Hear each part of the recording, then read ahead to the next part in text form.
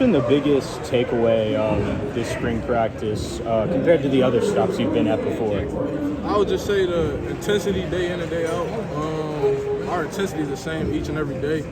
Our coaches don't let up no matter if it's day one or day like 8 right now. We had 2 scrimmages and our intensity is still the same as it was day 1. What's your impression of Coach Papuchis, Coach Haggins? What's your impression of the coaching staff on the defense overall? I like it a lot. You tell them what you want, like transferring when you had your visit. I told them what I wanted to be, and they push me there every day.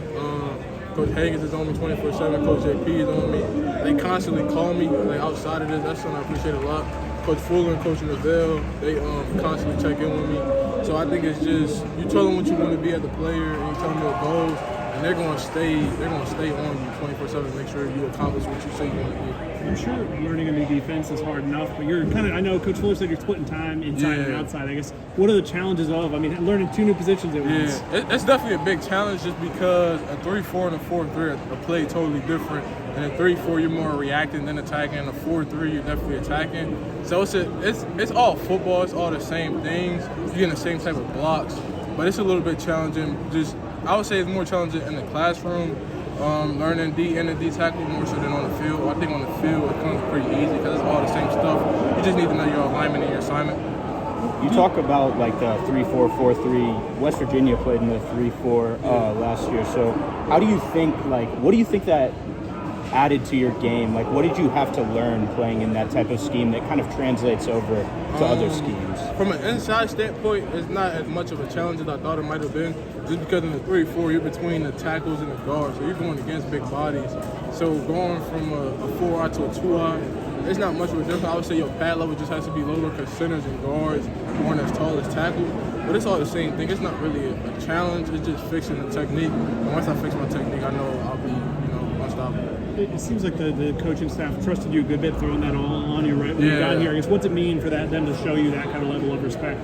It means a lot just because I'm the only guy really in our room handling both D and D tackle. So it means a lot just to, that it's my 3rd year in college and I'm at a new stop and they trust me to be able to play both and learn both. It's not really, I enjoy it just because it gives me a chance to show off my versatility. I don't feel like going inside or outside I'm losing something. I feel like it's a game. I feel like I can play both pretty well. It's a very talented defensive line on the interior and on the edge. Mm-hmm. What do you take away from what you guys have done as a unit through the first 9 practices? I'll say as a unit, we just keep feeding off each other. When you look in our room, for me, when I look around, I can see a bunch of guys who got the same aspirations as myself. I see a bunch of guys who's not complacent. Pat was all ACC, John's all ACC. Those guys don't get complacent. Daryl played well at Miami. Marvin and Nusi both played good at their last schools. And then our rest of the room, like Dante and Aaron, the whole room, nobody's complacent. Everybody's trying to improve. We all want to compete for the reps. We all want to be that guy, but it's a healthy competition. How impressed are you with the speed of the defensive ends? You, Pat, and Marvin all seem pretty fast for your size.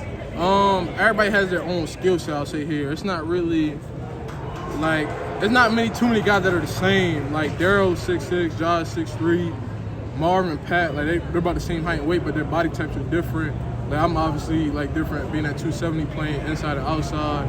Noose and Daniel, everybody's a different player. You're not putting 2 guys here and it's what can he do better than the other? I think that's the best thing about our defensive line. I know Braden's been around a lot during the draft process, and I know is a guy that moved around a lot too. Yeah. I guess, have he talked to you at all about that and embracing that? I talked to Fish a little bit. I DM'd him before I committed just to see how he felt about Florida State, and he told me it was the best decision he could have made. I think for me, it's when you look at, like I said, back to coming here, when you look at the edge rushers like Jermaine and Verse, those guys are different players, but they're both first rounders in their own way. So that's why coming here, it was never I gotta be exactly like this guy, or I'm not 6'6", 250. I don't have to be like that. Everybody was their own players, and Coach Odell and JP, I'm big into looking at the history of a player, and they both had guys that looked like me or were built similar to me. They developed guys with my skill set, so it was an easy decision.